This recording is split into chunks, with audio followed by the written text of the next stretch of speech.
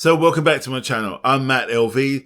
Today, I want to talk about how you can make that individual that you like chase you without you chasing them. Let's jump into this. See you shortly.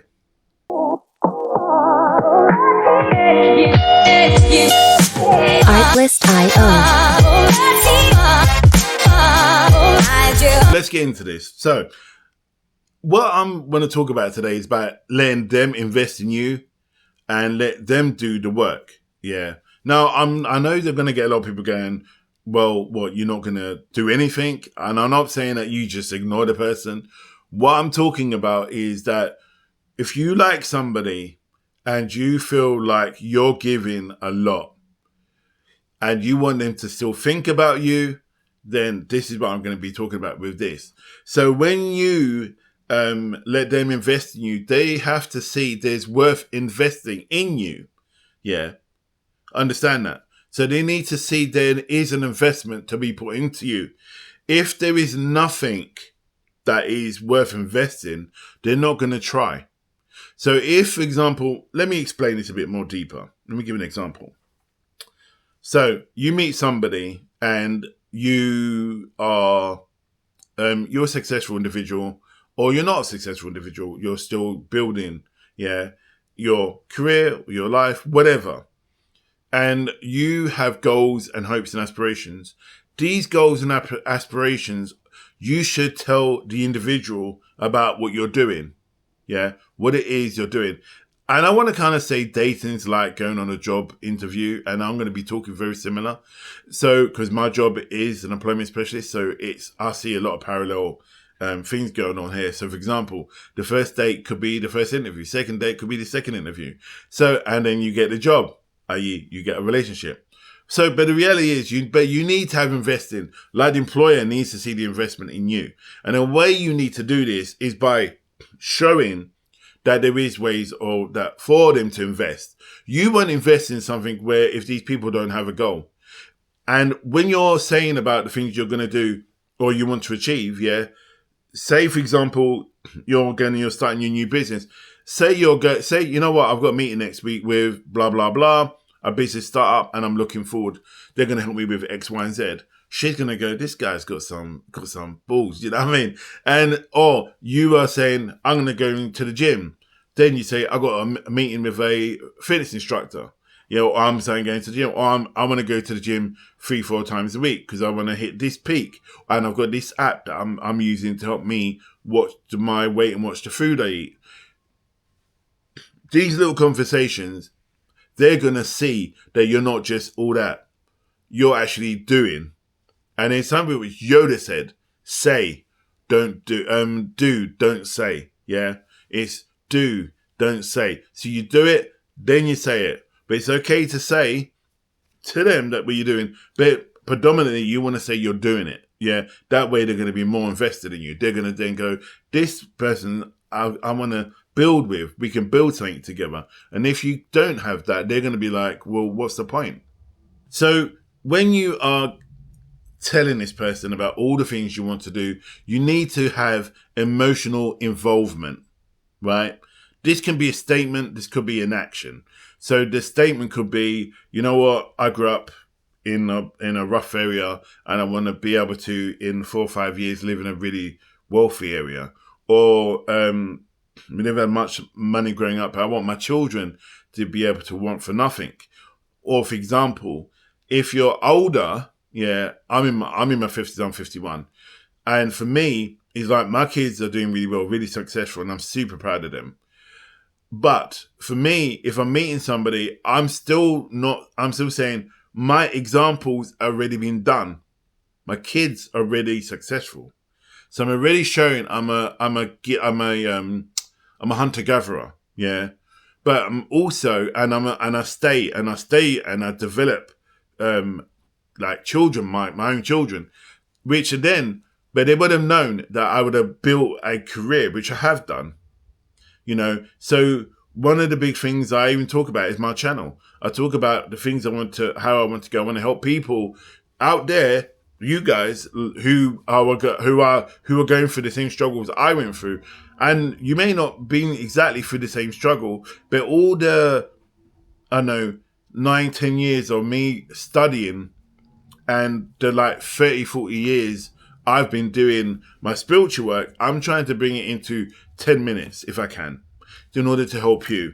But you need, so therefore, when I talk to somebody about my goals, my aspirations, my kind of intentions, I talk from a place of power. You can hear it in the way I speak. You can hear it in the way I deliver that word. Right? I don't just say, yeah, I want to do this and blah blah. I'm saying this is what I'm going to get. If I'm doing, if I want to get a new car, I'm saying I want to get this car because I've always wanted to get this car. I couldn't have it before because I had children. Do you understand? So you need to put some emotional involvement into your deliverance. In that way, they will see that you are not just giving all that, you're giving all that, and you're putting things into play. So let's talk about where do they come into your future and why you're out dating or you're looking for somebody or what it is that you want to do. You need to see where they slot in. Yeah. So, and how you can help influence them and support them. So, for example, you could be, in my scenario, for example, it is that you could be looking at that you want to achieve this goal, set up your business, right? Or you want to live abroad, or you want to, I don't know, get a new somewhere to live. I live in a certain area. This is where you talk to them and you say, look, where's your goals? And if they say, oh, I want to change jobs, I want to climb, I want to go back to college to study X, Y, and Z, then you can say, you know what, you don't have to do the same job. That's not what I'm saying. But they've got to match the goals, aspirations that you've got. Yeah, this is why one of my friends would not go out with somebody who, for example, who's just sat on benefits for ages. Now, I'm not saying people who are sitting on benefits is wrong, because that's far from it, because I've worked with people on benefits, and I know predominantly most of them want to achieve something in life, and they have goals and aspirations. They just don't have that person to give them one, a leg up, or the confidence to support them, if that makes sense. So this is where this comes in, but where me and this friend of mine clash a lot around scenarios like that, because their worldview on people in general, unless they're earning a certain amount of money or they have a certain status, they're not relevant. I.e., they say whoever they be with, they should earn 20% more than they do, because it keeps them chasing him. And I goes, what about if they can, I just said to them, what about if they are earning, or they're in an emotional position more than you are? That's another aspect I want to talk about, is an emotional availability. Emotional availability is so important. You can get so many people that you meet that are not emotionally available, but financially available. Yeah, or aspirational available. But they may be still stuck on their ex. And if this is the case, that needs to be addressed. There's not anything you can do, right? Some friends have managed to achieve that, but there's nothing that you can do. But my thing is, if you're not emotionally available and you're still got to hang up on your ex, you're still in hate land for your ex, why you want to date that? Because there's no reason, really, you're just going to bring that energy into your new relationship. Now, unless you say to the person you meet that, look, I'm still going through this thing. I really want to date, but I don't want to necessarily be that person, the new person you meet, to be the go-between, you know what I mean? Or the rebound, because that's not fair. But if they're saying, you know, I'm getting over this thing and I'm emotional, I am available, but I'm not 100% available, but I just want to see where we go, that's not anything wrong with it. But if they're still unavailable and they're still in your at that date and they're talking about their ex, or they're looking at the phone and they've noticed something on social media that their ex is doing, they make a comment on it. Nah, there's a friend of mine who said, never talk about their ex files, because especially in a relationship, or especially at the beginning of a relationship, because that won't help the growth of a new relationship. Now, you're getting to know this person and things are going okay. And some of the conversations that you may have had with them a couple of months ago, a month ago, especially when the person puts themselves in a position of vulnerability. We'll always remember that as a stinker point, not in a negative way, as a point of as a landmark. Because if someone reflects on the past and tells you they may have had issues with their mum, issues with their dad, their grandfather, whatever, and then you have gone through something, or a friend has, and you're talking to this person, or they bring it up again, rem- reply back to them. Oh yeah, I remember you talking about that. How do you feel about that now? Is there anything you need me to do? And also you can say what it is that you hoping to achieve by going through this, and don't sympathize, empathize. Sympathizing is just getting, oh yeah, I understand we all going and blah blah blah. There's no weight to it. Empathy is going, even if you go, I don't know how you have got through that, but the only thing I can say, I've been through something on emotional level similar to that, but I do empathize what you're feeling. And the word empathy is important. They're going to pick up on that. But if you're just going, yeah, I understand, and you're doing the old Stevie Wonder and you're not paying any attention, they're going to shut you down and they're going to lose interest in you. So the other thing I want to talk about is surprises. And the amount of conversations I have with friends about this, surprises. Do I bring roses? Do I bring flowers? I had one friend who went on a date, bought roses. No, not roses, bought chocolates. And the woman goes, but I forgot the woman was on a date. No, the woman was on a diet. And so that didn't go down too well. But, however, if the person's vegan and you can get vegan chocolate and they're not on a diet, and they're vegan, that's going to go down good. Do you bring flowers? Yes, you can drop into a conversation and go, and you can just go, what do you think about people bringing flowers to dates? Because remember, if you bring a massive bouquet of flowers, she's going to have to lug that thing around all day in the date. And also, if you bring a bouquet of flowers, bring a rose, bring something unusual that she likes.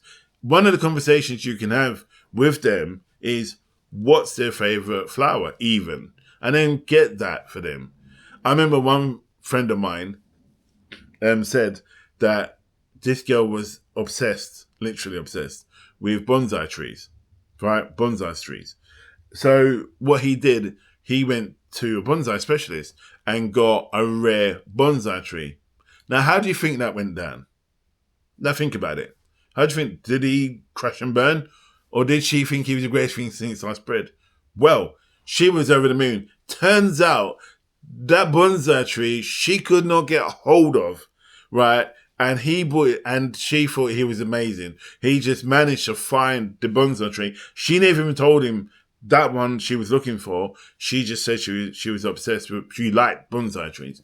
So he got this bonsai tree for her. She obviously, it kind of moves him from here to up here. So think about it as well, and just say, for example, in that scenario, what he did do when he was there, he was at hers at the time, and they just went around for coffee. And what he noticed was that this one he found she never had, but he never asked her about it. He just bought it. And so he never thought, oh, maybe he just bought it because she didn't have it. She may have had it in the back. She may have been working it in the studio. But he realized that she loved this thing, but she just can't get hold of it. So that kind of put him up a few pegs. So remember, to surprise her, be unpredictable, but also be predictable, if that makes sense. Make what your actions make sense, don't let them not make sense. Okay, let's move on to the next one. So what you want to be now is transparent, and also when you make a statement, make it relevant to them. Yeah, what you want to be is when I say transparent, I don't mean that you should be invisible. What I mean is you should be transparent, be open, show areas of vulnerability. They love it, women and men, but don't be too vulnerable. And I guess you want me to give you an example. Fair enough. So vulnerability, talk about an insecurity. I don't like heights. I don't like heights. So she may go, well, let's go up in the London Eye, if you live in London. And then, but I'll be there to support you. If the person's petrified, right, then no. Second thing is, if they can't swim, say, look, why don't we learn to swim together? Why don't we go swimming? And I'll be there for you. That shows you give a damn. Yeah. But don't make it like you're going to traumatize a person, because make sure that you get the balance right. Yeah. Make sure that you are transparent, that you are, and if it's them that offered it to you, so you said, I can't swim, I don't like heights, and they said, well, let me go with you to the London, then give it a chance. Go say, well, no, compromise, trying to compromise. Go up, I don't know, the Pudding Lane Tower, in Shaftesbury Lane. That's a good thing, because you're still in an enclosed space, but you're still safe. Yeah, but the important thing is that this person is building that memory together. Let me emphasize on that as well. Let me push this a bit more to you. When you go in and you're going on your dates, you're building memories together. When you're building memories together, these dates, these important things you're doing, especially about vulnerability, is about building trust, building the demise of your vulnerability. Yeah, for you, that's something that you will achieve, and something that you would accredit to them, but you are both doing it together. So let's bring this to a close.